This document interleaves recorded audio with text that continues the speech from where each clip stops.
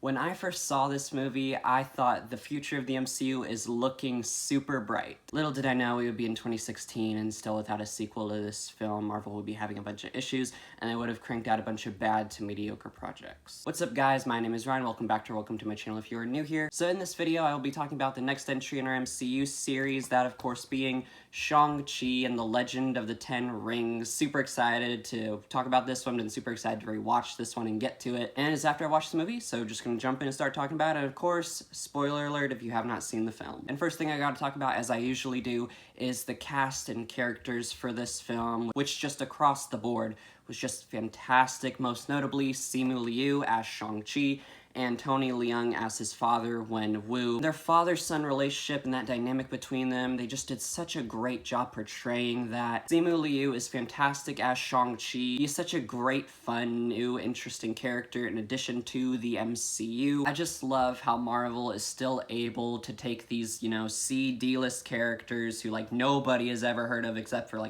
super hardcore comic book fans, and is able to shoot them into stardom and make them relatable and just propel them into the A-list. When they announced this film, it was the first time Marvel announced a movie, and the central character that the movie was about, it was the first time I didn't know who it was. They announced this film and I was like, Shang-Chi, I've never heard of him. Is he actually from the comics? And he was. This film is just one of the standout, prime, perfect examples, like Guardians of the Galaxy, of how Marvel can just take these unknowns and propel them into popularity. That's one thing the MCU just does so well. And a big part of that, of course, is Simu Liu's performance. And his father, Wen-Wu, our villain for this film, played once again amazingly by Tony Leung. He is one of the best MCU villains, in my opinion. And when I first saw this film, when I first started digging into his motivation, finding out what his plan was and why he was doing it, at first it kind of felt a bit lackluster to me, and oh, really? Is this really where they're going and what they plan to do with this character? But they do such a great job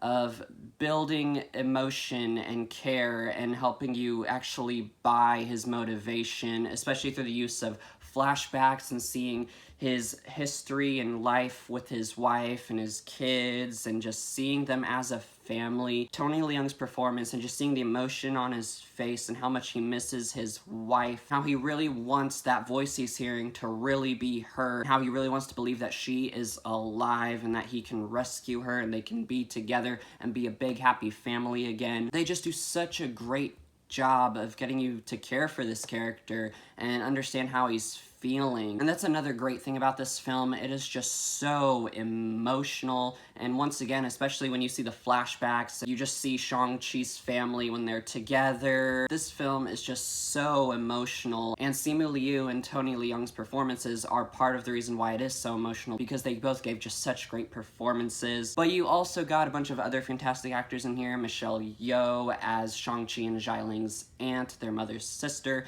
and I don't remember how to say the actress's name, but whoever played Xiaoling, Shang-Chi's sister, she did a really good job as well. I love seeing the brother-sister dynamic between them. I love seeing them kind of become friends again and heal their kind of broken relationship. And then of course you got Awkwafina as Shang-Chi's best friend, Katie. Now I know a lot of people aren't very big fans of Awkwafina. Some people find her really annoying, and some people really like Awkwafina.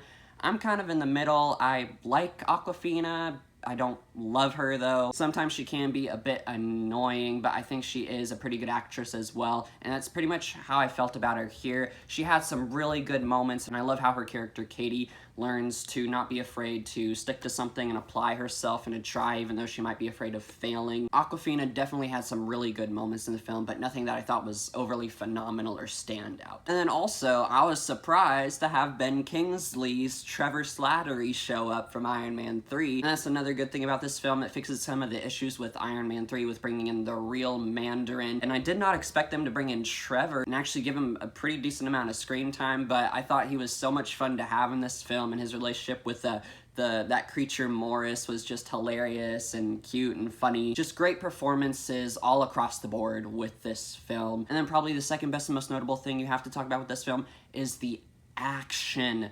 The action in this film, I loved it. It's some of the best action and set pieces and stunts I think we've ever gotten in the MCU. I think the fight scenes are just so cool and very visually pleasing. I think the action in this film in particular really makes this film stand out in the MCU because it is martial arts. I really enjoy martial arts and seeing people fight using martial arts. And this film is just filled to the brim with fantastic martial arts action, just the stunts and the fight choreography, once again, just done phenomenally, especially the bus sequence in the beginning when Shang-Chi is just like swinging and parkouring all throughout and in and around the bus is just so cool. And also when it comes to the 10 rings in this film, I love what they do with the 10 rings, and I actually didn't mind them kind of changing them up from how they are in the comics. In the comics, they're actual rings that go on each of your 10 fingers, but in the MCU, they kind of turn them into these bracelet type things.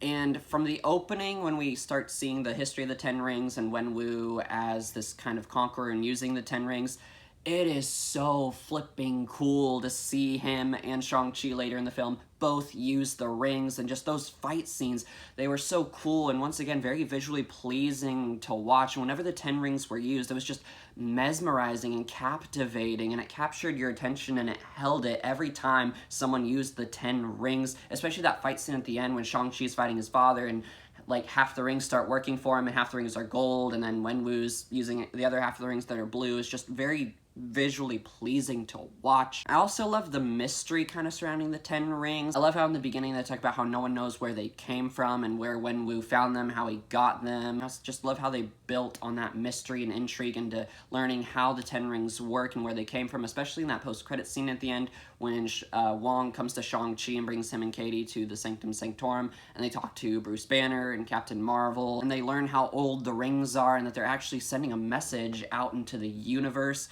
And for years, I've been waiting to see some follow-up from that. I've been so curious what they're sending a message to and what the message is. But of course, we haven't seen Shang-Chi since this film back in 2021. Next time we'll see him is in Avengers Doomsday. But whenever we get payoff from that, I'm so excited to. I don't know if that's going to be something we see payoff in a big event film like Avengers Doomsday or Secret Wars, or if that's a Shang-Chi franchise-specific thing. I think I prefer it if they keep it a Shang-Chi franchise-specific thing. I would love to dive into kind of more of how the Ten Rings work and what the messages they're sending, where they came from in a sequel. But overall, and all that to say, the action just so stand out, and one of the things that makes this film stand out in the MCU. And a couple other cameos you have to talk about with this film is seeing Wong and Abomination in Xialing's Fight Club. I loved seeing Abomination looking comic accurate in this film, but it did raise some questions, of course, like why did Wong break a criminal like Abomination out of prison? Like, I'm not sure that exactly fits his character, and I think they explained it in the She-Hulk show, which I haven't watched because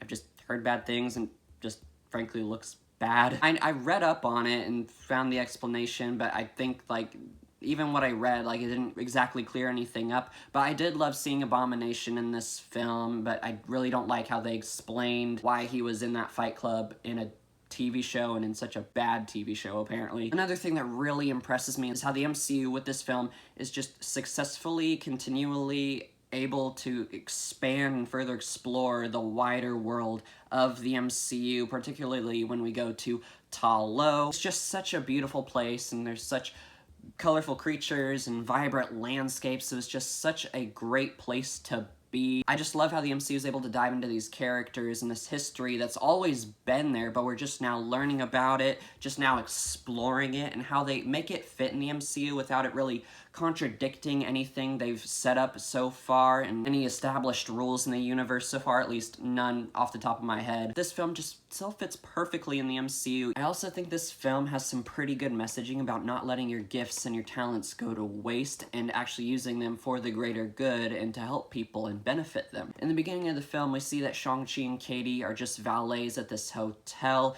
and then they go out one night with some friends, and one of their friends tells them that, I think she said something like, Katie has a degree, and then Shang-Chi can speak multiple languages. And I love when she says, "You're some of the most talented people I know. I just don't get why you're so scared to actually use it for something serious." And throughout this film, I love how Shang-Chi and Katie learn to actually use their talents and not just sit idly by and let them go to waste. Kind of reminds me of the parable of the talents, where Jesus talks about how there were these 3 servants and their master trusted each of them with a different amount of money, and the first 2 servants went and invested the money and made more, but the 3rd servant, he just was lazy and just hid the 1 talent he was given in the ground, didn't do anything with it, didn't invest, didn't make more, and so the 2 servants who made double what they were given are rewarded, but then the 3rd servant is severely punished for his wickedness and laziness, as his master calls it. We all have different talents and abilities and things we are good at, and as Christians we have spiritual gifts given to us by the Lord Jesus. And there's tons of scripture that talk about how we should use our gifts to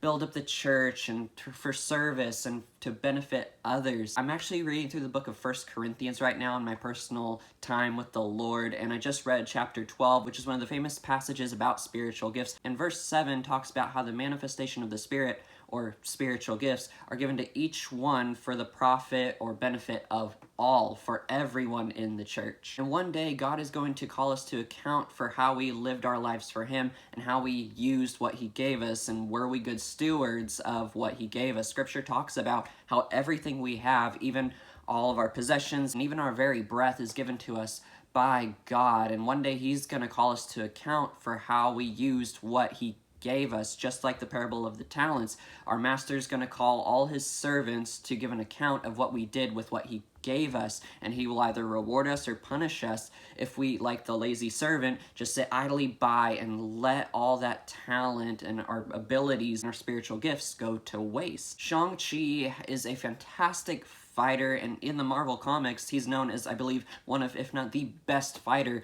in the Marvel universe. He has such a great talent, and he's so scared to use it in the beginning, and I understand why, because in the beginning, he associates that gift and that talent with a very dark place, and we see in the beginning how his father, after his mother was killed, trained him to go after a killer, and trained him in all these different forms of self-defense and martial arts, and I think he says his father taught him every way to kill a man, and he uses all his martial arts knowledge and ability to kill the man who killed his mother, and takes him to a very dark place. So he's afraid to use that gift because it reminds him of such a dark time, but then I love when he goes to Ta Lo and he learns that he can use that gift for good. Our talents and abilities, they can be used for good or evil, and we should be using them for good, of course, but we can, like Wenwu, use our talents and abilities and what we have for evil. Wenwu, in the beginning, Shang-Chi's mother tells him the story of how his father founded the Ten Rings and just the history of that organization, and she talks about how Wenwu, when he found the Ten Rings, he could have used them for good, but instead he used them for power. Wenwu found and obtained this great gift in the Ten Rings that he could have used to help and protect people, but instead he used it to conquer and take over and to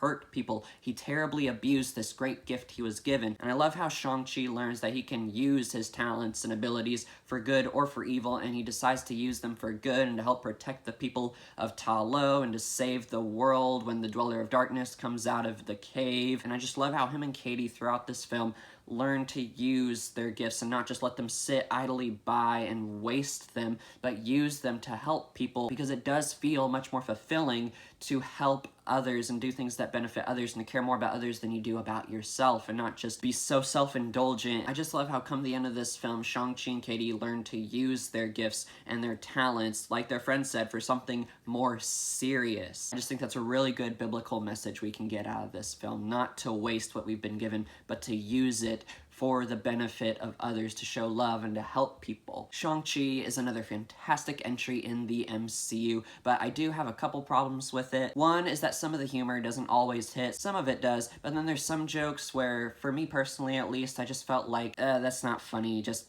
stop it, joke's not landing. And there's also some logical issues in the film, and I know that's pretty much with any film. Pretty much every film isn't gonna make 100% sense, and especially with superhero films, but for some reason here, the logic just really stands out like a sore thumb and really kind of bothers you, unlike other times in other movies. For example, Katie being able to hit the Dweller in Darkness with that arrow and make that shot, like she just started learning archery, like could she really have made that shot? And then also, I don't really understand why Shang-Chi is fighting his father alone when he first comes to Ta Lo, especially when he gets to the gate. Why is he fighting his father alone? Can the people of Ta Lo not really spare any other people to go help him? And then when the Great Protector comes out of the sea And when we was still at the door trying to break it down and open it, why doesn't the Great Protector help Shang-Chi fight his father? Because the Dweller in Darkness gets out, and like the people of Ta Lo seem like they're pretty good at defending themselves against the minor creatures that they're having to deal with. Like, why is the Great Protector going over there and helping them? Like, I just didn't entirely understand that. But overall, I really enjoy Shang-Chi. It's gonna be pretty high on my MCU ranking. I think it is not just one of the best post-Endgame MCU films. In my opinion, it's one of the best MCU films. It's just got so much that I enjoy and that I love. But overall, I think that's all I have to say about Shang-Chi and the Legend of the Ten Rings. Thank you guys so much for watching this video. Leave a like if you enjoyed it. Let me know down in the comments below what you think of Shang-Chi, if you have seen it, whether you love it or hate it, or you just think it's okay, it's fine, you're in the middle somewhere. I would love to hear your thoughts no matter what your opinion is. Click right here to subscribe if you enjoy my content. I would so love and appreciate your support in helping me put more God-honoring Christian content out into the world. Right here's my previous MCU review for Black Widow. Right here is a playlist of all my MCU videos if you want to check out some more of my MCU content. And with that, I hope you have a blessed one, guys. I'll catch you on the next video.